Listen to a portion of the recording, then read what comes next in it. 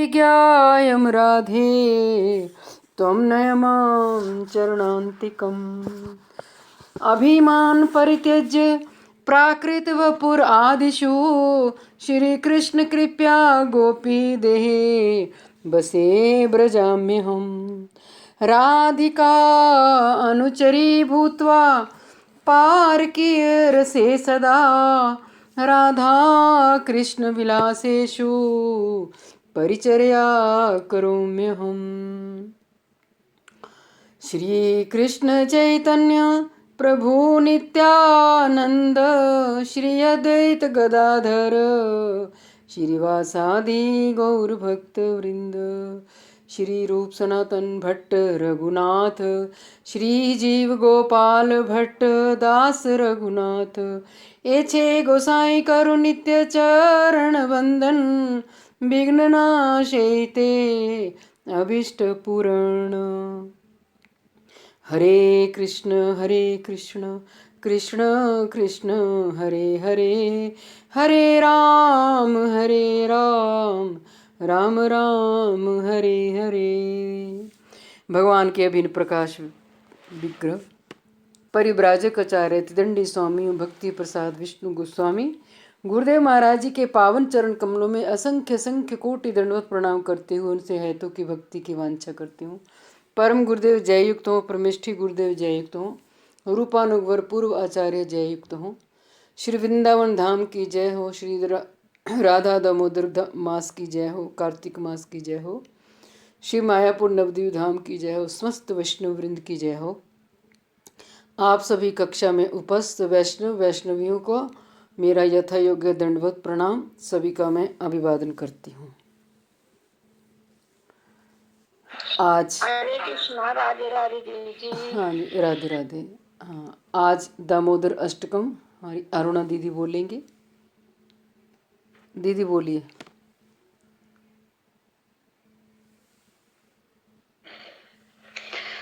श्री श्री गुरु गौरांगो जयतः। नमामीश्वरं सच्चिदानन्दरूपं लसत्कुण्डलं गोकुले विराजमानं यशोदा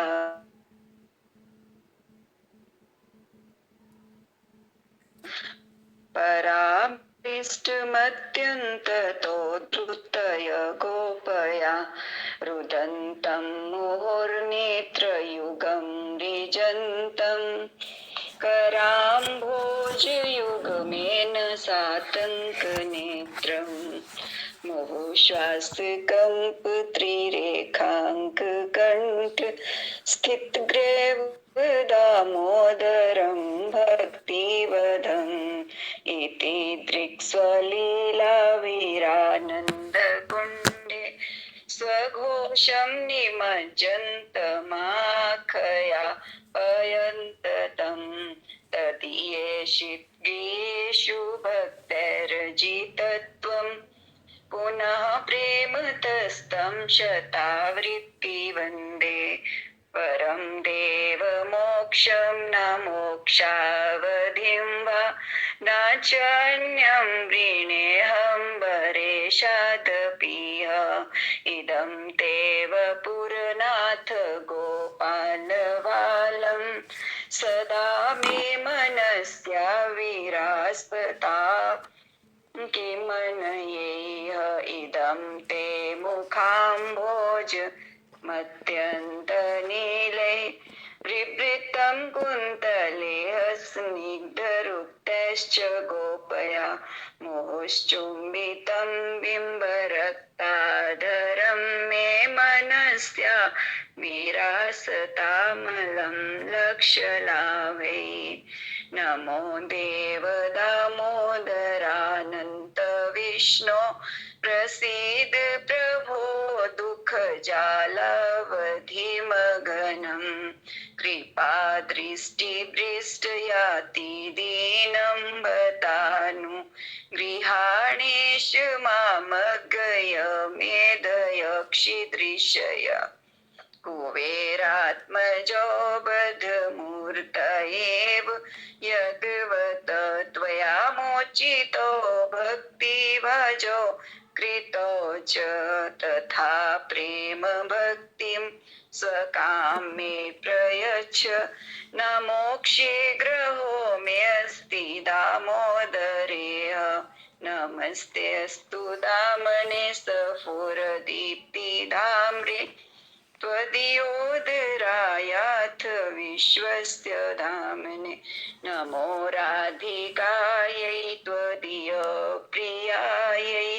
नमो अनन्तलीलाय देवाय तुभ्यम्। श्री सत्यव्रत मुनि जी को कोटि कोटि दंडवत प्रणाम। हरे कृष्ण कृष्ण कृष्ण हरे हरे हरे राम राम राम हरे हरे। हरे कृष्ण। बहुत सुंदर, बहुत सुंदर।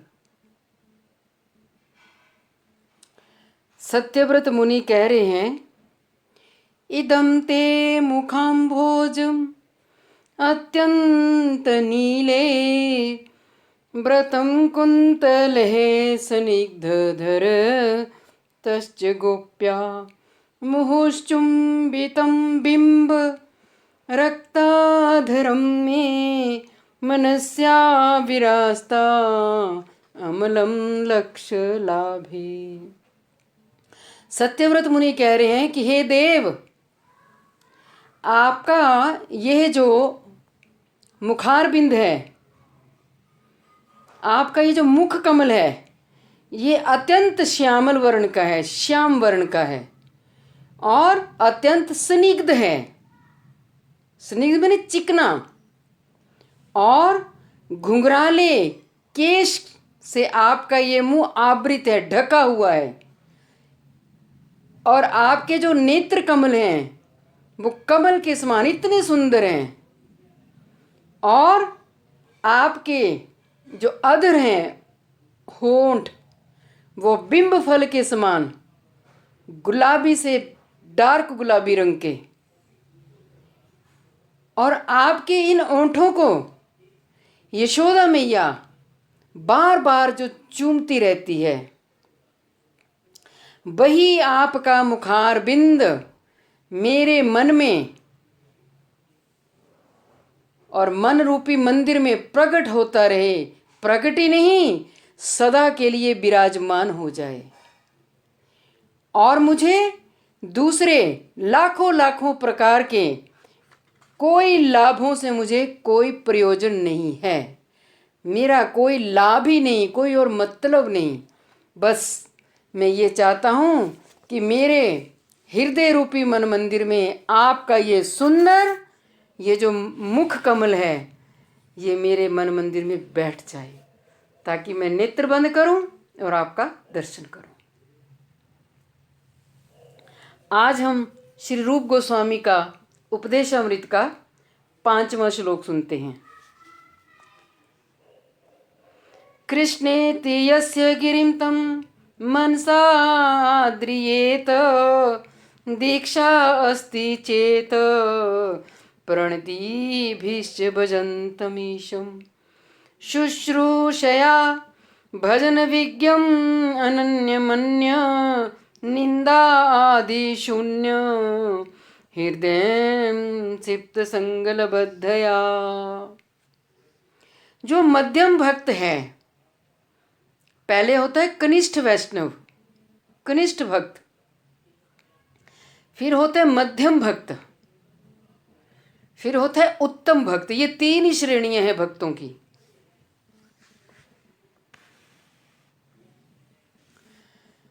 तो मध्यम भक्त को जो है वो 3 प्रकार से वैष्णवों की सेवा करनी चाहिए। पहले, जिसकी वाणी पर, जिसकी जिह्वा पर हे कृष्ण ऐसा एक भी कृष्ण नाम उच्चारित हो, ऐसे कनिष्ठ अधिकारी को अपना मानकर मन ही मन उनका आदर करना चाहिए। किसको? मध्यम अधिकारी को। उसको अपने अहम में नहीं रहना, अपने अहंकार में नहीं रहना कि देखो मेरा तो साधन बदन यहाँ तक पहुँच गया, ये तो अभी ऐसे का ऐसे ही है। रूप गोस्वामी और महाप्रभु जी ने निषेध किया है, ऐसा नहीं करना।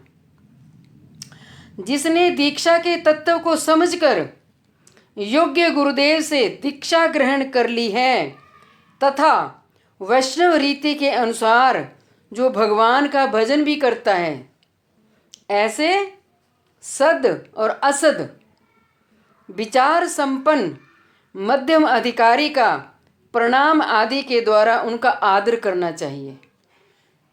अब जो हमारे बुद्धि के समझ में आ जाए कि ये वैष्णव तो हमसे श्रेष्ठ हैं, ये तो वैष्णव सदाचार नियमों का पालन करते हैं,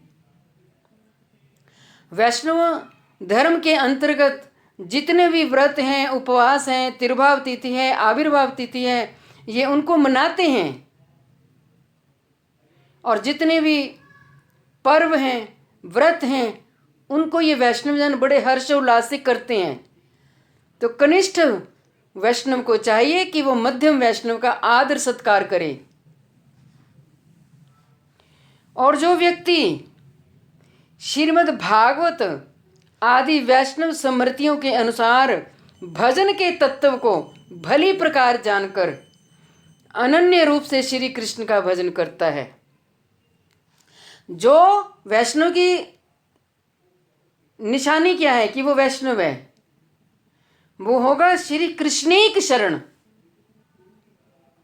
वो प्रिया प्रीतम की शरण में रहेगा, वो दाएं बाएं ABCD नहीं जाएगा,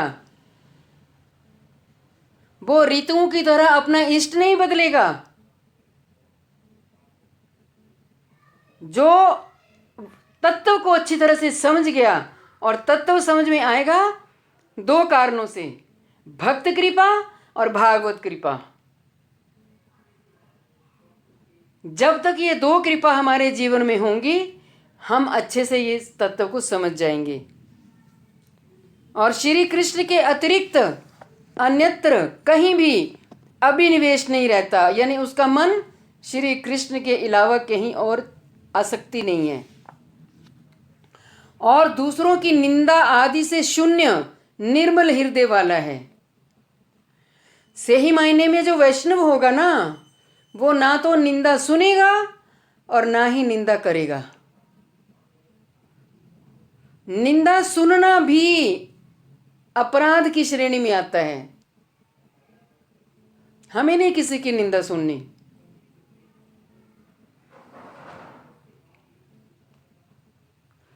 कबीरा निंदक ना मिलो, पापी मिलो हजार, एक निंदक के शीश पर लाख पापिन का भार। निंदित व्यक्ति का संग करना ही नहीं चाहिए। वो तो दिन रात उसको एक ही बस चटपटी लगी रहती है, कब मैं इसकी कमी पकड़ूं, कब मैं इसमें कमी खोजूं, और कब मैं उसका प्रचार करूं। और एक बात और बांध लो अपने पल्ले, निंदा करने वाले व्यक्ति से भजन नहीं होगा, नहीं होगा, नहीं होगा।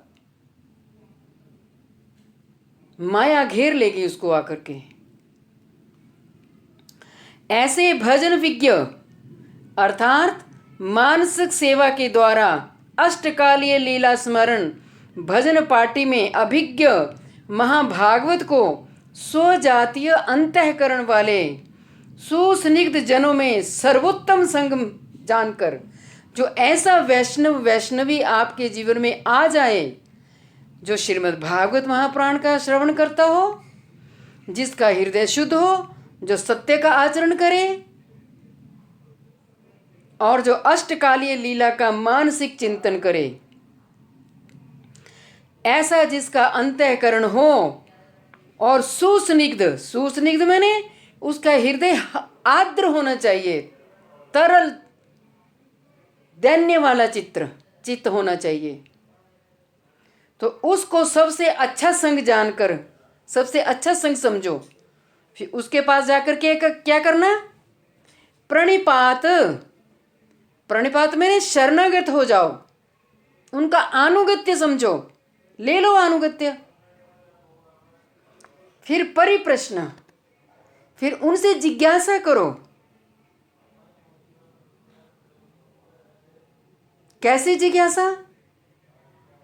अरे सखी, मुझे इतना समय हो गया भजन करते करते, मेरे भजन में अभी शुद्धता ही नहीं आ रही है, मुझे कोई अनुभूति नहीं हो रही है, मेरा ऐसा कैसे भजन शिथिल हो रहा है सखी?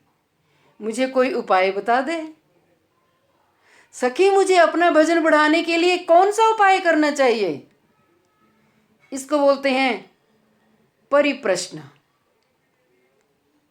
और गीता में भी कहा है, तद विद्धि प्रणिपात परिप्रश्नेन च सेव्या ज्ञानिनम से तत्वदर्शिनम।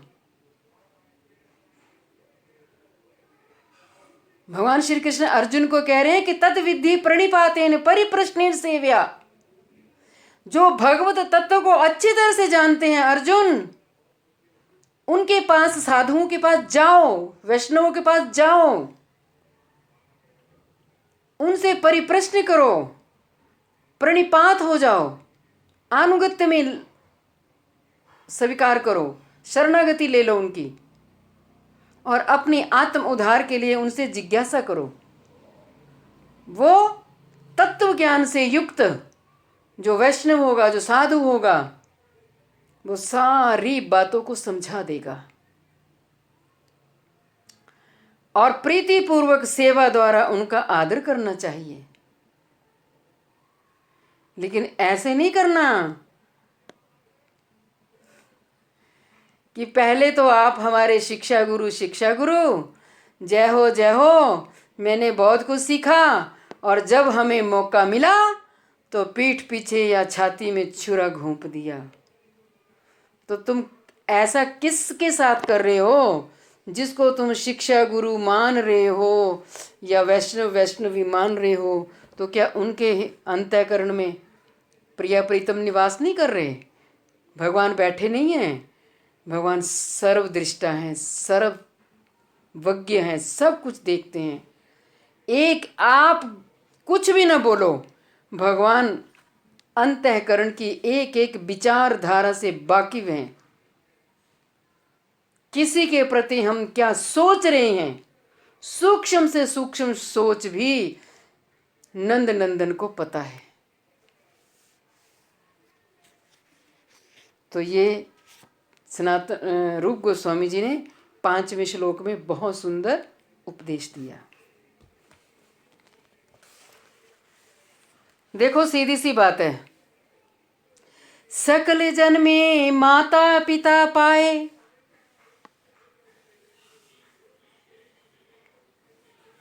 गुरु कृष्ण ना मिले, भजन ना ही आए। अनेकों जन्मों में हमें माता भी मिली, पिता भी मिले, हमें संसार भी मिला होगा, ना जाने कौन कौन से ब्रह्मांडों की हमने यात्रा भी की होगी, लेकिन ना हमें श्री कृष्ण की भक्ति मिली, ना हमें गुरुजन मिले जो हमें श्री कृष्ण का भजन सिखा सके। ऐसे नहीं मिला। अब हमें ये कृपा हो गई है, तो हमने अपने समय को व्यर्थ नहीं गंवाना। आइए, कल हम बैकुंठ राज्य की बातें सुन रहे थे। महादेव बैकुंठ राज्य की बातें देवर्षि नारद से कर रहे थे।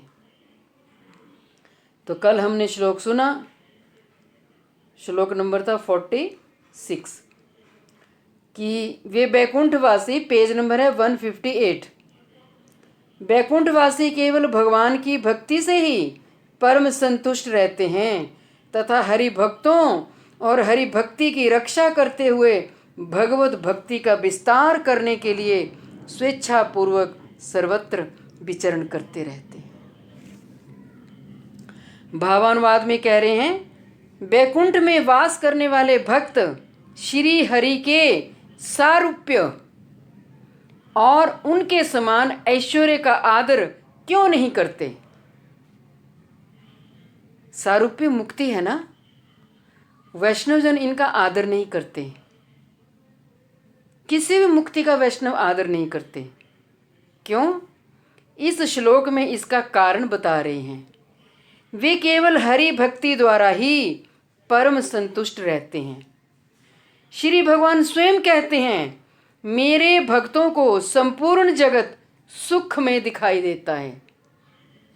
जो भजन करते करते करते करते इतना भजन में तल्लीन तन्मय हो जाता है, वो हर प्राणी में, हर वस्तु में वो भगवान का ही दर्शन करता है। सर्वम खल विदम ब्रह्म। और भगवान श्री कृष्ण भी कहते हैं, यो माम पश्यति सर्वत्र सर्वम च मे पश्यति। जो सबको मुझ में देखता है और मुझ में सबको देखता है, वो मेरा सबसे श्रेष्ठ भक्त है। इसी बात को सिद्ध करने के लिए भगवान ने विराट स्वरूप दिखा दिया अर्जुन को। अर्जुन देखो, ये सब देवी देवता, ये जितने तारे नक्षत्र, यमराज, इंद्र, वरुण, चंद्र, कुबेर, ये सब मुझ में हैं और मुझ से हैं।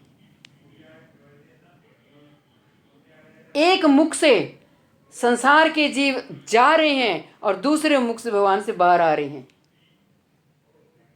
कालों में काल मैं हूं। समस्त आदित्यों में, 12 आदित्यों में आदित्य मैं हूं। चंद्रमा की शीतल छैया जो है वो मैं हूं। अश्वत्थ मैं हूं। कितनी भगवान ने अपनी जानकारी दी है एकादश अध्याय में, अच्छे से पढ़ो। और 9वें अध्याय में यहां तक कह दिया, अहमे सर्व यज्ञानाम भोक्ता च प्रभुर एव च। मैं ही सब यज्ञों का कारण हूं और मैं ही सबका भोक्ता हूं। इसी को तो तत्व ज्ञान कहते हैं। यही तत्व ज्ञान की भाषा है। जब हम इस तत्व ज्ञान को समझ जाएंगे तो हम सब देवी देवताओं को, जितनी भगवान की सृष्टि में जो भी है, हम सब को भगवान का दास समझेंगे, भगवान का सेवक समझेंगे। क्यों? किसी की स्वतंत्र सत्ता है ही नहीं। सब भगवान की शक्तियों को प्राप्त करके शक्तिमान हो रखे हैं। अलग से किसी की भी सत्ता नहीं है। भागवत श्रवण करने का फल क्या है? हमें तत्वज्ञान क्या हो गया जब तत्वज्ञान ही नहीं हुआ। और एक बात, जो तत्वज्ञान जिसको हो जाता है वो जीवात्मा कभी भटकती नहीं है। अब मैंने ये रह गया, वो रह गया, ये है, वो है, वो इस उस ऐसे वैसे में फंसती नहीं है। मुझे श्री कृष्ण के चरण कमलों में सारा ब्रह्मांड, सारी सृष्टि दिखाई दे रही है।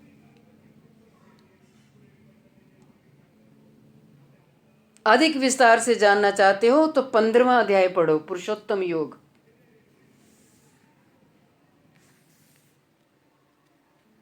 श्रीमद् भगवद गीता तत्व ज्ञान, भक्ति ज्ञान, कर्म, काल, प्रकृति, सब ज्ञान है इसमें।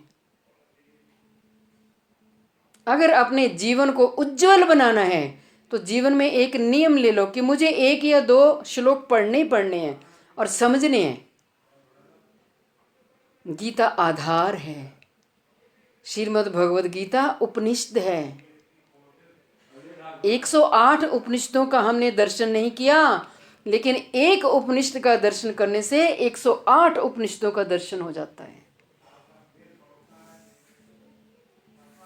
ये श्रीमद् भगवद गीता ये सबके बुद्धि में नहीं बैठेगी, शरणागत जो होगा उसी के बुद्धि में बैठेगी।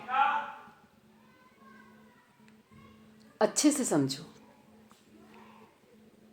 तो यहां बता रहे, भगवान स्वयं कहते हैं कि मेरे भक्तों को संपूर्ण जगत सुख में दिखाई देता है। अतएव हरिभक्त अथवा जिन्होंने अभी भजन करना प्रारंभ ही किया है, वैसे भक्त भी अपनी भक्ति निष्ठा द्वारा ही स्वतः मैंने अपने आप सर्व सिद्धि को प्राप्त कर लेते हैं।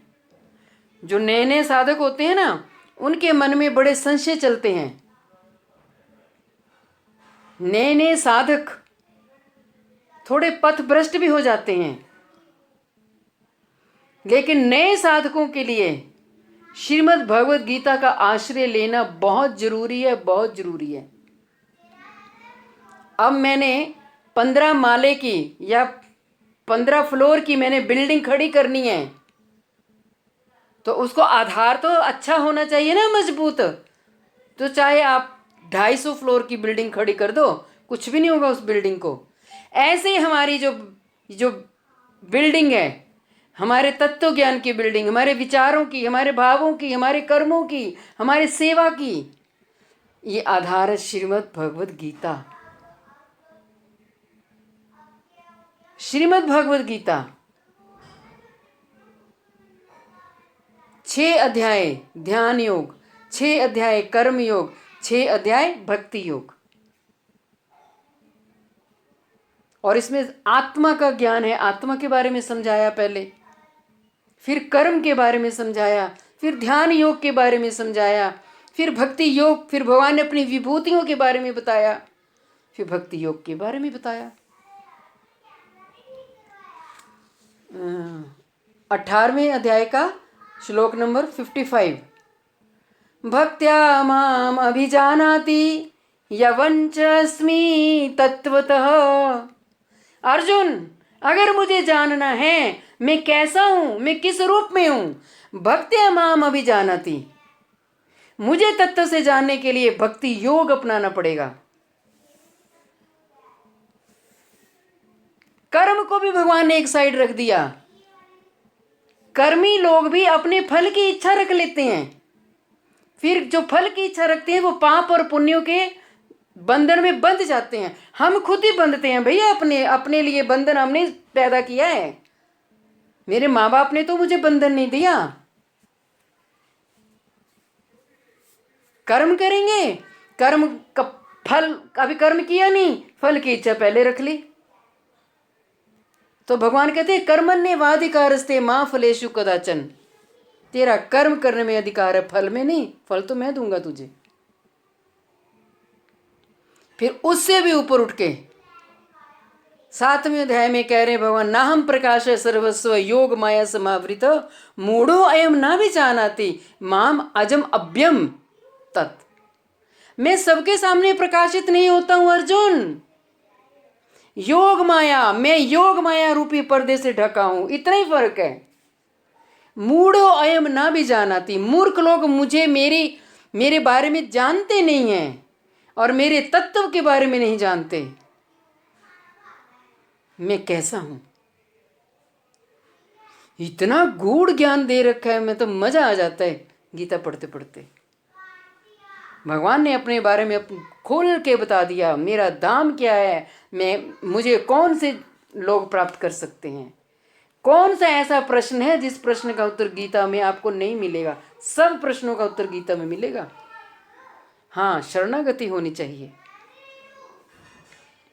बैकुंठवासी भी हरि भक्तों और हरि भक्ति की रक्षा तथा हरि भक्ति का विस्तार करने के लिए स्वेच्छापूर्वक सर्वदा और सर्वत्र विचरण करते रहते हैं। ये जो बैकुंठवासी हैं, वैष्णव जन हैं, ये कहाँ विचरण करते हैं कि मैं वहाँ रहने वाले वैष्णव जन भी तड़पते हैं कि मैं इन ब्रह्मांडों में जाऊं। ये जो माया के आगोश में जीवात्मा आए हुए हैं, मैं इनको अच्छे से समझाऊं भगवान भगवत तत्व के बारे में, ताकि ये जीवात्मा तो भगवान के ही है ना, ये भगवान के पास आ जाएं, ये माया के चपेटे ना खाएं। कभी दुख, कभी सुख, कभी रोना, कभी हंसना, कभी शारीरिक बीमारियां, कभी कुछ। ये वैष्णव जन वहां रह करके चिंता करते हैं। यहाँ पर हरि भक्तों की रक्षा का तात्पर्य यह है कि कभी प्रमादवश उनका पतन होने पर, संसारिक लोगों द्वारा आक्रमण होने पर अथवा यमराज के शासन के भय से भी वे उनकी रक्षा करते हैं। ये वैष्णव जन हमारी रक्षा तो कर रहे हैं। हमें गुरुदेव कितना ज्ञान देते हैं।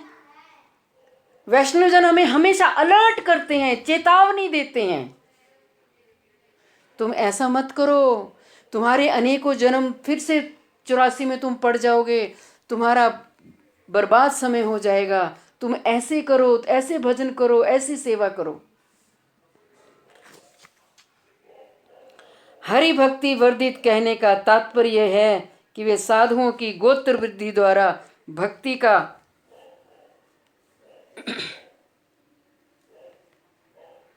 महावैभव विस्तार करते हैं। हरि भक्ति की रक्षा का अर्थ है इस जगत में भक्तों की भक्ति को कर्म ज्ञान आदि से उत्पन्न विघ्नों से रक्षा करना। यहाँ आकर के वैष्णव हमें ये समझाते हैं कि तुम कर्म कांड में मत फंसे रहना, हमारी रक्षा करते हैं, हमें बचाते हैं। इस प्रकार बैकुंठ के पार्षद हरि भक्ति के वर्धन और उसके उद्दीपन के लिए स्वेच्छापूर्वक सदैव सर्वत्र भ्रमण करते रहते हैं। ये वैष्णवजन भ्रमण करते हैं कि उन जीवात्माओं के हृदय में श्री कृष्ण की राधा रानी की भक्ति का उद्दीपन बीज जग जाए, प्रेम जग जाए। यहाँ पर स्वेच्छापूर्वक कहने का उद्देश्य ये है कि वे कर्म के परतंत्र नहीं हैं, इसलिए सर्वत्र बिना किसी बाधा के आ जा सकते हैं। ये जो वैष्णवजन होते हैं ना, ये कर्मों में कभी नहीं बनते और ना वैष्णव को कर्म बंधन बांधता है। ये बात ध्यान रखना, वैष्णव कभी किसी कर्म के बंधन में बंधता नहीं है। वो संसार से उपरामता को प्राप्त कर लेते हैं, वो तत्व से समझ जाते हैं। वैष्णव वही काम करेगा जिसमें प्रिया प्रीतम की सेवा की परिपाटी हो, मेरे प्रिया प्रीतम खुश हों, आनंद लाभ हो उनको। वो अपने कर्म बीज नहीं बनाता। वैष्णव को पता होता है कि मैं कर्मों के बीजों के चक्कर में क्यों पड़ूं, जब मेरा सब कुछ भगवान के लिए है, मैं खुद भगवान का हूं, तो मेरी सारी चेष्टाएं गोविंद के लिए हैं, तो फिर बीज कहाँ रह गए? बीज की तो बात ही नहीं है। भगवान भी उसके हृदय की भाव को समझ जाते हैं। अरे ये तो कर्म कांड से ऊपर उठ गया है, ये तो भाव भक्ति में आ गया है, भाव भक्ति से भी ऊंचे प्रेम राज्य में पहुंचने वाला है। प्रेम राज्य से भी ऊपर स्नेह प्रणय राग अनुराग, ये तो वैष्णव वहां तक जा रहा है। प्रिया जी देख लेती हैं, प्रिया जी की सखियां मंजरियां देख लेती हैं कि ये वैष्णवी वहां तक पहुंचने वाली है। फिर क्या कभी कोई वैष्णव कर्मकांड की ओर देखेगा, ध्यान करेगा? उसका एक एक पल प्रिया प्रीतम को प्रसन्न करना, ये भाव होता है। अर्थात जीव जैसे कर्म के अधीन होने के कारण सर्वत्र विचरण करने में अक्षम है। अब हम जीव आत्मा है ना, अगर मैं चाहूं मैं उड़ के अमेरिका चली जाऊं, मैं जा सकती हूं? मेरे पास वो इंद्रियों की सामर्थ्य ही नहीं है, मैं अक्षम हूं, सक्षम नहीं हूं।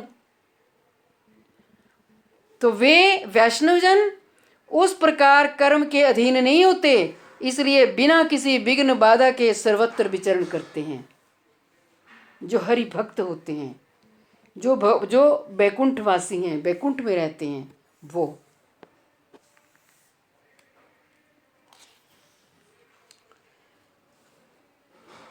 उस बैकुंठ लोक के पशु, वो पशु भी साधारण पशु नहीं होते। जब जो हम यहाँ के पशु देखते हैं ना, कोई आवारा पशु होते हैं, कैसे उनमें दुर्गंध होती है, कैसे दुबले पतले से होते हैं, और कैसे उनमें उदंडता होती है पशुओं में। और पक्षी, वहाँ के न पशु, वहाँ के पक्षी और वहाँ के वृक्ष आदि भी अनेक प्रकार की सेवाओं के द्वारा निरंतर अपने प्रभु श्री हरि का भजन करते हैं।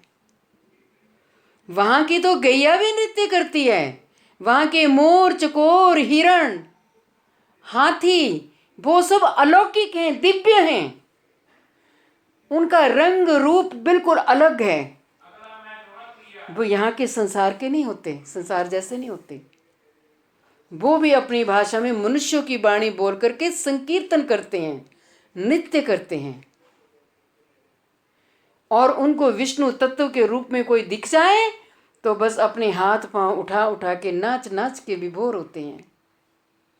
ये पशु पक्षी भी कोई साधारण नहीं होते, ये साधु महात्मा ही होते हैं जो शुद्ध भजन करते हैं, वहाँ जन्म लेते हैं। हम में से, आप में से भी कोई वहाँ वृक्ष भी बन सकता है, कोई पशु पक्षी भी बन सकता है।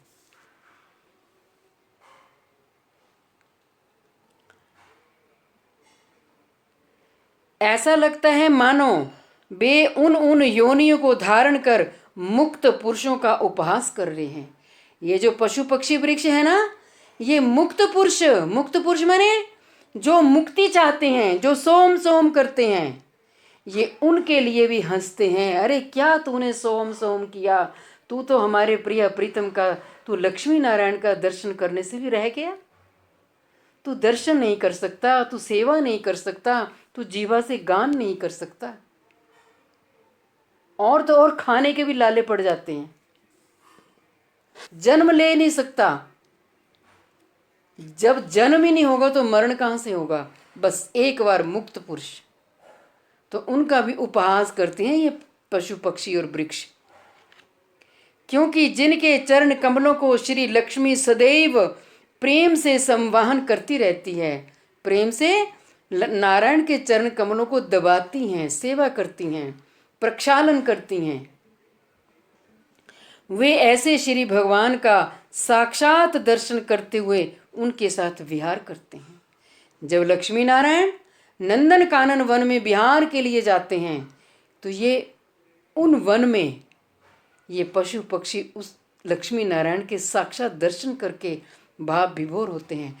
तो क्या मुक्ति चाहने वाले पुरुष ऐसा प्राप्त करेंगे? कभी भी नहीं कर सकते। ये है मुक्त पुरुष और भक्तों में तारतम्य, फर्क। भावानुवाद। यदि कहा जाए कि बैकुंठ लोक और वहाँ के निवासी सच्चिदानंद में है, तो फिर उस बैकुंठ में तामस योनि अर्थात पशु पक्षी और वृक्ष आदि होने की बात क्यों सुनी जाती है? अब आप में से कोई प्रश्न कर दे, क्या ये अगर वहाँ सब कुछ सच्चिदानंद में है, वहाँ माया का कोई प्रभाव है नहीं, और माया का बना हुआ माइक शरीर भी नहीं है वहाँ पर, तो ये पशु पक्षी आदि वृक्ष ये क्या है?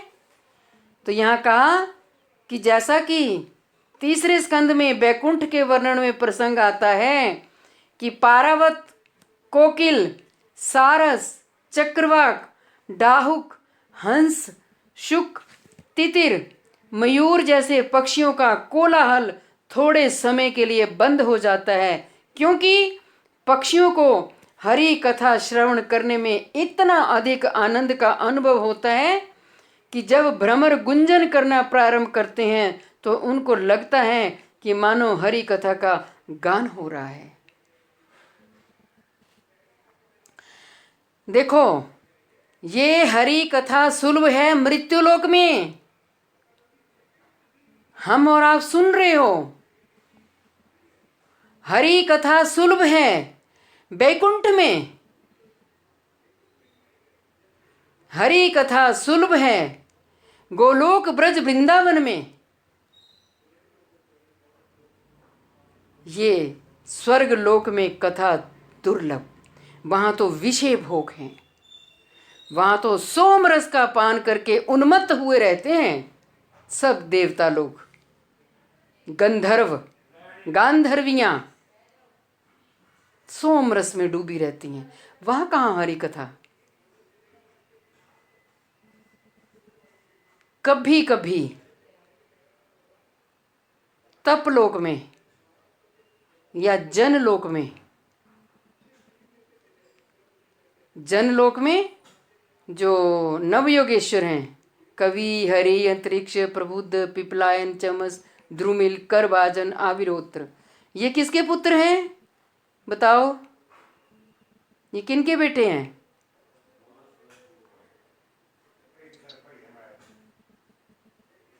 हरे कृष्ण जी, भरत जी के। हाँ, ऋषभ भगवान के, ऋषभ भगवान के ही भरत जी बेटे हैं। ये ऋषभ भगवान के हुए 100 पुत्र, 100 में से 81 तो कर्म कांड के बन गए, 9 नवयोगेश्वर हो गए और एक भरत जी जो चक्रवर्ती राजा बने, वहाँ कथा होती है। और शौनक आदि 88,000 ऋषि, वहाँ कथा चलती है। इसके नीचे के जो लोक हैं, अतल वितल सुतल तलातल रसातल पाताल महातल, वहाँ कथा नहीं होती, वहाँ असुर निवास करते हैं। वहाँ कहाँ हरि कथा ना। तो ये जो बैकुंठ के जो सच्चिदानंद में जो पशु हैं, पक्षी हैं, कोकिल है, हंस है, सारस है, मयूर है, ये सब वहाँ हरि कथा सुनते हैं और अपनी वाणी को विश्राम दे देते हैं, चुप, बिल्कुल चुप, और कथा सुनते हैं। और जब कथा बंद हो जाती है तो भंवरे गुंजार करते हैं। कागभुषुंडी, कौआ, वो अभी भी गरुड़ जी के साथ, पक्षियों के साथ रामचरितमानस की कथा कहते हैं। पक्षी होकर के, और बड़े मन चित लगा करके गरुड़ जी सुनते हैं। गरुड़ जी भी पक्षी हैं। चैतन्य महाप्रभु जब झारखंड के रास्ते में आ रहे हैं तो जब संकीर्तन करते हैं तो वहाँ के रीछ, भालू, बंदर सब वहाँ नाच नाच के आज भी वहाँ उनके चरण कमलों के, महाप्रभु के और उन शेर भालुओं के निशान हैं। हमारी एक गुरु बहन गई थी वहाँ, उन्होंने मुझे वहाँ से वीडियो भेजी थी। मैं कभी कभी डालती हूँ, कभी ग्रुप में भी डालती हूँ, कभी मन उदास होता है मैं देख लेती हूँ। वो प्रूफ है, प्रमाण है। भगवान चैतन्य महाप्रभु ने के संग से पशु पक्षी भी नाच उठे और हम मनुष्य होकर के हमारा हृदय झूमता नहीं? उस नाम संकीर्तन का रसास्वादन हमारा हृदय नहीं करता? आंखों से अश्रुपात नहीं होता? उसका हृदय पाषाण के तुल्य है, जिसका हृदय में परिवर्तन नहीं होता। कथा सुनते सुनते एकदम से हमारा हृदय आर्द्रचित हो जाता है, द्रवीभूत हो जाता है।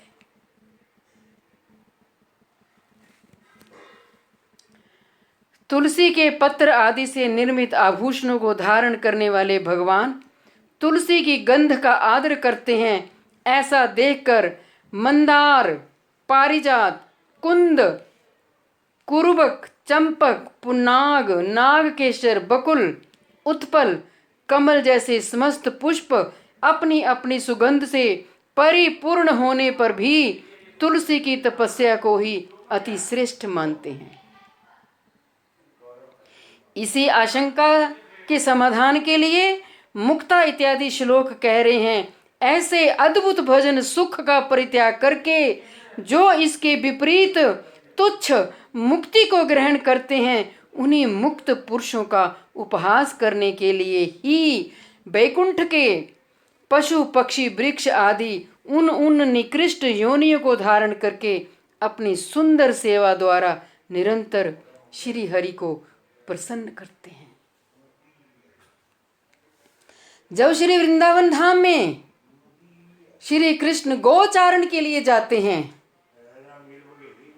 तो एकदम से धीमी धीमी बदली आती है और छोटी छोटी फुहारी कर करके श्री कृष्ण का अभिषेक करती है, कृष्ण बलदेव का अभिषेक करती है।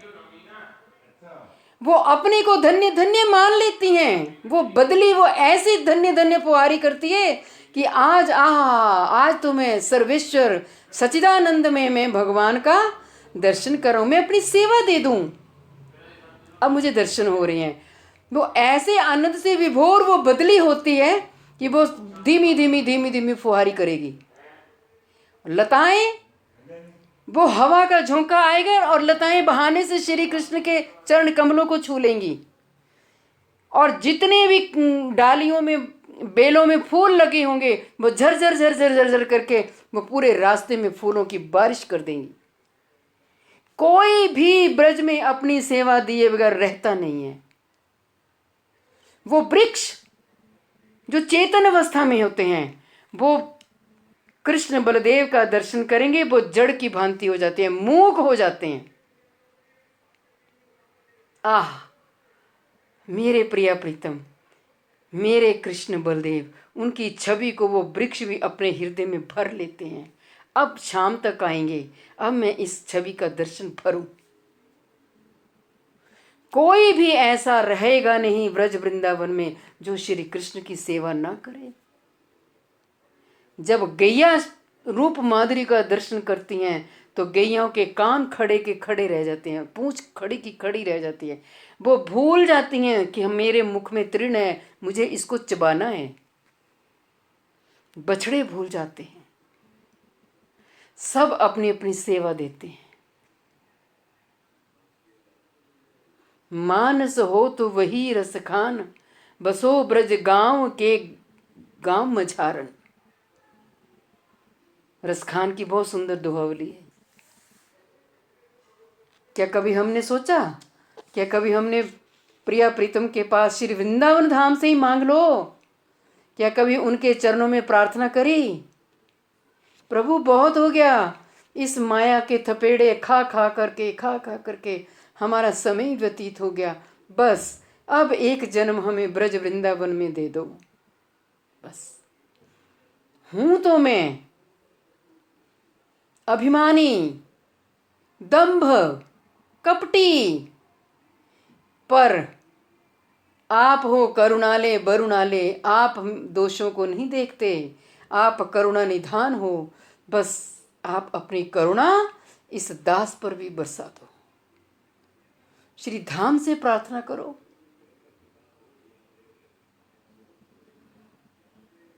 उठ जाग मुसाफिर, भोर भई अब, रैन कहाँ जो सोवत है, जो सोवत है सो खोवत है, जो जागत है सो पावत है। उठ जाग। हम सब मुसाफिर ही तो हैं, हम यहाँ कोई सदा के लिए रहने को थोड़ी ना आए हैं। ये मुसाफिर खाना है। ऐसी करनी कर चलो, दोबारा संसार में आवन होए ना होए। जहां से फिर आना ना पड़े वहां पर जाने का चेष्टा करो, प्रयास करो। जीव जाग गौरा चांद बोले। चैतन्य महाप्रभु हमें आकर के जगा रहे हैं, जग जाओ, जग जाओ। यथार्थ रूप में भगवत भक्त दीन वत्सल होते हैं और सदा भक्ति रस में निमग्न रहते हैं। इसलिए भक्ति तत्व को ना जानने वाले अन्य किसी का भी किसी भी प्रकार से उपहास करना उनके लिए संभव नहीं होता। जो वैष्णव जन होते हैं वो दूसरे का उपहास नहीं करते, तब उनका तमोगुणी योनि के समान रूप धारण और उसी रूप से विभिन्न अद्भुत भगवत सेवा द्वारा आनंद की प्राप्ति, इन दोनों के द्वारा ही मानो वे मुक्त पुरुषों का उपहास कर रहे हैं। यानी भगवत भक्त अपने भजन के द्वारा उस पद को प्राप्त कर लेते हैं। जो मुक्त लोग, उनको भी जन्म मिलता है, उनको भी जीवन मिलता है, लेकिन उनकी दिशा सही नहीं होती, डायरेक्शन सही नहीं होती, चुनाव लक्ष्य उद्देश्य सही नहीं होता, इसीलिए उनका सारा कुछ बर्बाद हो जाता है। ऐसा समझा जाता है, किंतु यह केवल अनुमान है। विशेषतः भाग्य का उदय होने पर हम जिनका कभी कभी ही दर्शन करते हैं, वे उन श्री हरि के साक्षात दर्शन और उनके साथ लीला करते हैं। यहाँ पर संपश्यंत क्रियापद वर्तमान काल का बोधक है। इससे यह सूचित होता है कि साक्षात दर्शन के अतिरिक्त साक्षात विलास का भी आनंद लाभ करते हैं। ये जो भक्तजन होते हैं, वैष्णव जन होते हैं, हरि भक्त होते हैं, ये भगवान की विलास लीला भी देखते हैं। तात्पर्य यह है कि बैकुंठ लोक में जो पशु पक्षी वृक्ष आदि स्थावर जंगम प्राणी हैं, वे निरंतर साक्षात रूप में श्री हरि के दर्शन करते हैं और उनके साथ विलास करते हैं। दूसरी ओर मुक्त पुरुष श्री हरि की इन सभी लीलाओं का कभी भी कदाचित अपने ध्यान नेत्रों से दर्शन करते हैं। कोई विरला पुरुष वहां तक पहुंचे तो वो ध्यान में उसका दर्शन करते हैं, साक्षात नहीं कर पाते। अर्थात ध्यान के अतिरिक्त साक्षात दर्शन का सौभाग्य उनको प्राप्त नहीं होता। अतएव वैकुंठ के पशु पक्षी इत्यादि लोक दृष्टि में तामस योनि को प्राप्त होने पर भी वे मुक्त पुरुषों की तुलना में परम श्रेष्ठ हैं और श्री कृष्ण के अधिक कृपा पात्र हैं। ये बात कौन कह रहे हैं? ये महादेव कह रहे हैं देवर्षि नारद से।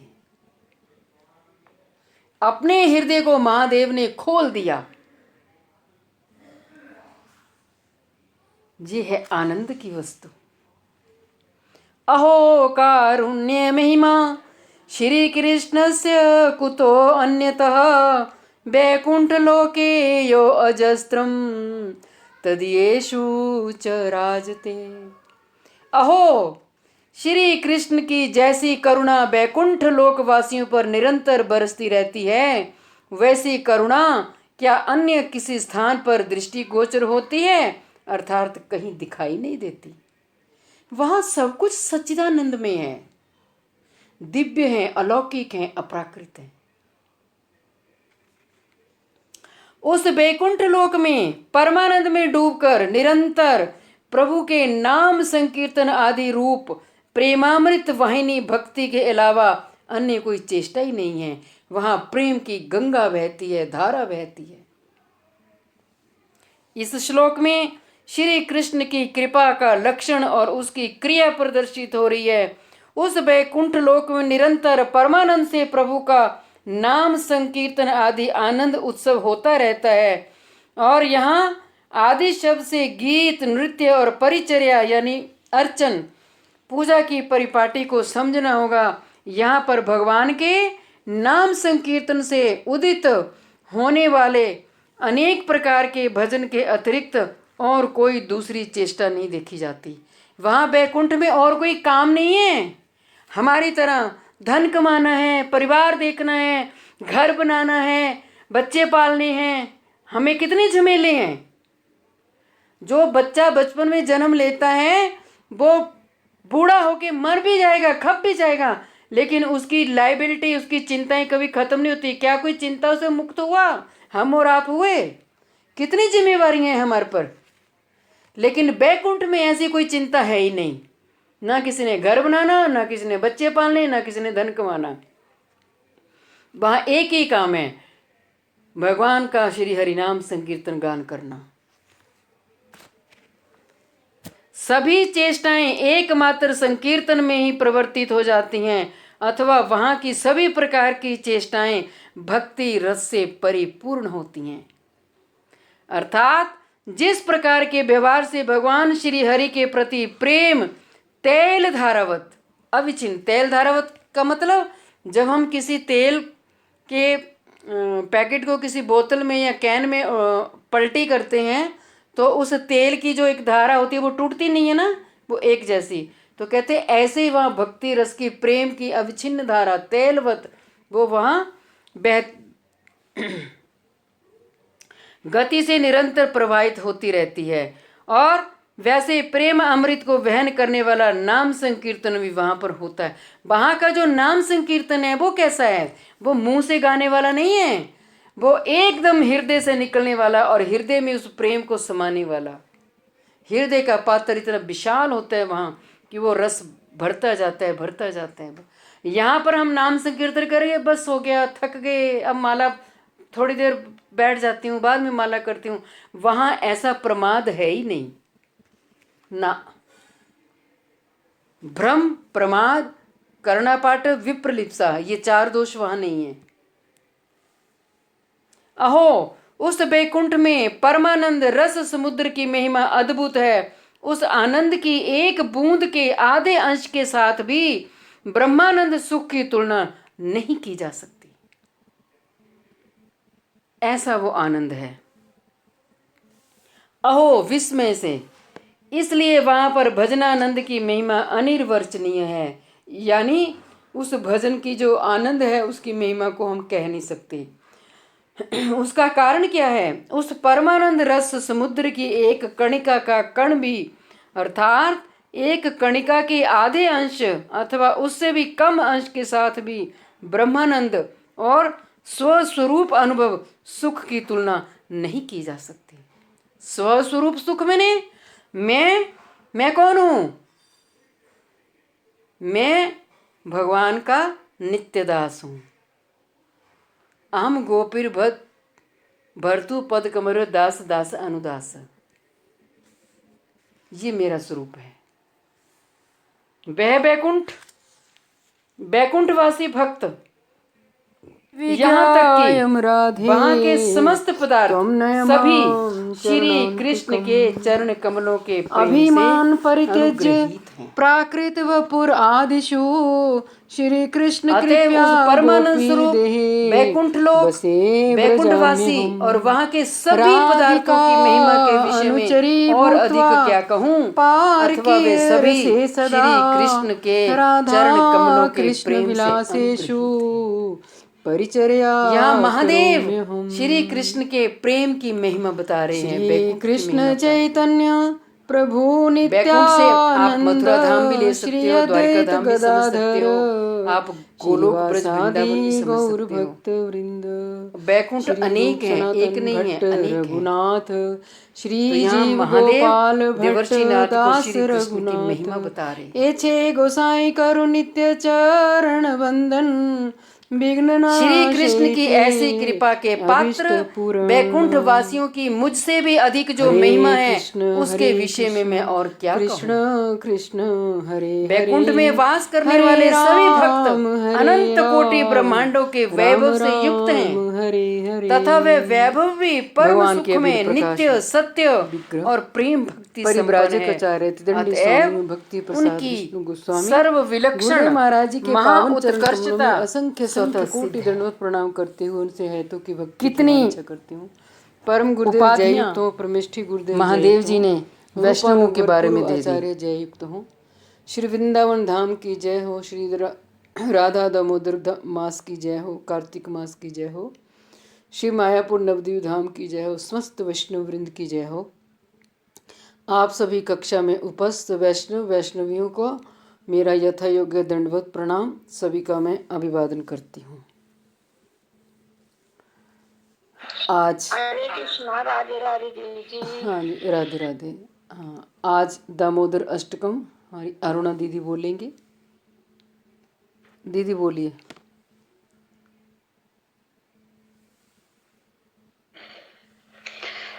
श्री श्री गुरु गौरांगो जयतः। नमामीश्वरं सच्चिदानन्दरूपं लसत्कुण्डलं गोकुले विराजमानं यशोदा